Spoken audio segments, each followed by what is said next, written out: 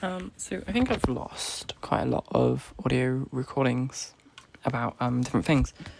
So I'm sort of going to do just a recap of all of it.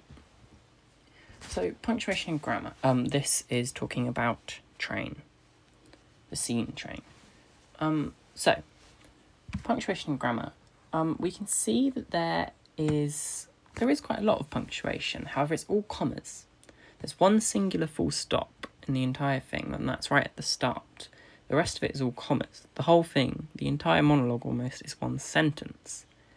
I think this shows how out of control he's almost getting. How he starts off going, this happened, and this happened, and this happened. And as the emotions overwhelm him, as he's remembering being in this space, it all sort of blurs into one. It all sort of crashes down around him in a way, and he just is spitting out words. He's just spitting out the words that come to him.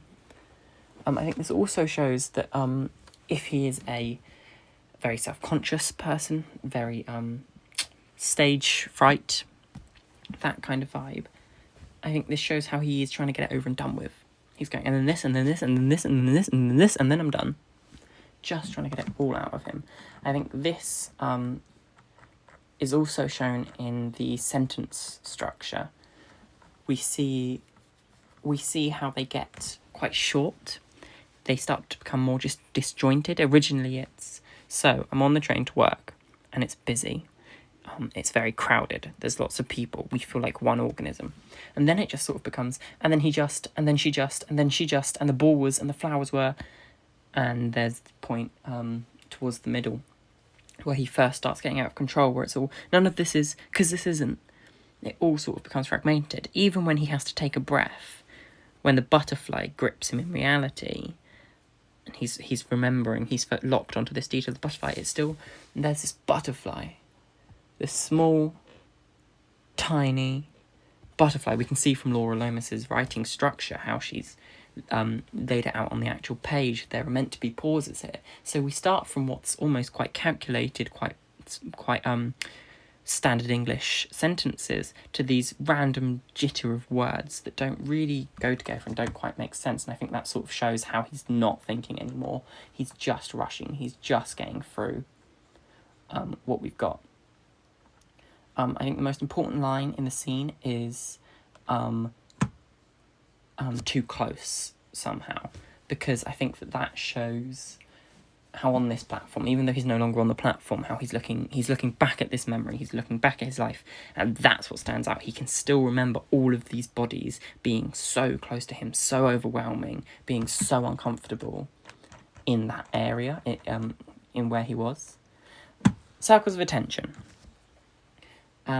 This character focuses in on details, on small details for quite a lot of the play, of the monologue. Hang on. Load. Okay.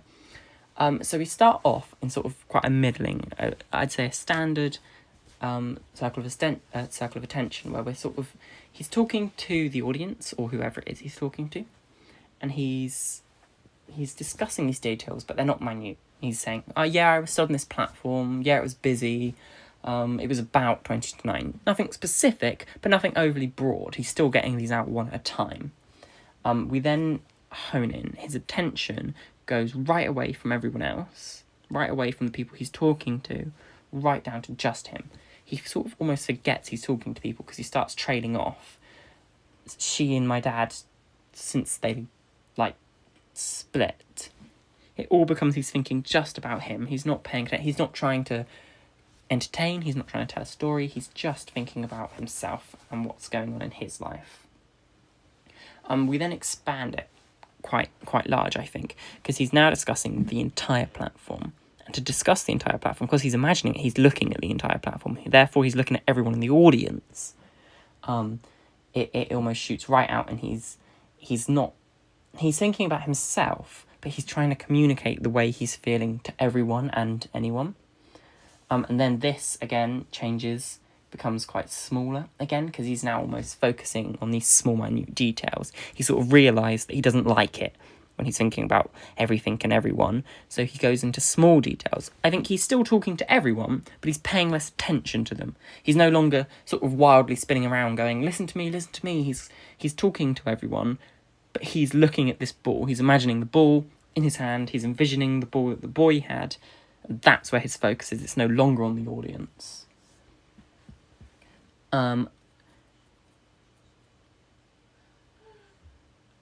The focus of the circle of attention I've written, I originally wrote that it gets quite large, but I don't think it does anymore. When he's discussing the woman with the flowers, yeah, his attention then becomes a lot more based on everything around him again, because he's now talking about the woman and the boy. He's flicking between the two. But I think he's not talking to everyone. He's not making it his mission to talk to everyone. He's just sort of talking to whoever happens to be there. So I think it's more of a middle ground. Then moving on to the second page, it then definitely gets quite big. As he panics, I think he's trying to talk to everyone more and more. He's trying to not think about himself. He's trying not to get caught up in his head. So, and the train is coming because I can see the lights now. It's sort of pulling and the feeling my legs is in my stomach. Yeah, he's focusing on himself, but I think he's talking to everyone and everything that's around him. And then it shrinks right back down again. He feels the ball hit me. And there's this rip, this tear in the universe. Because none of this isn't supposed to happen.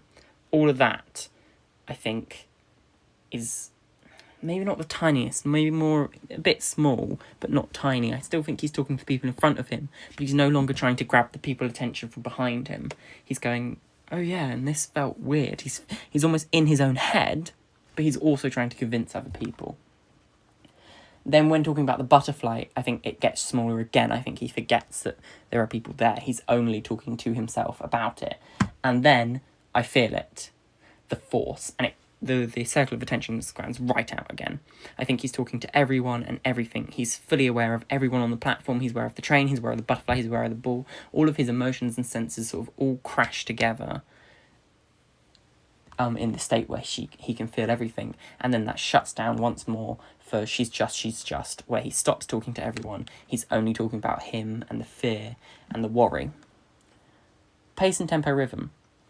I think this is quite an interesting one. I think we need to look at punctuation for it to really tell. But I think I still need to rehearse and devise and edit this because we can see from the punctuation that there are a lot of comments. There are a lot of small start and stops where they change. However, the sentence structure suggests it speeds up.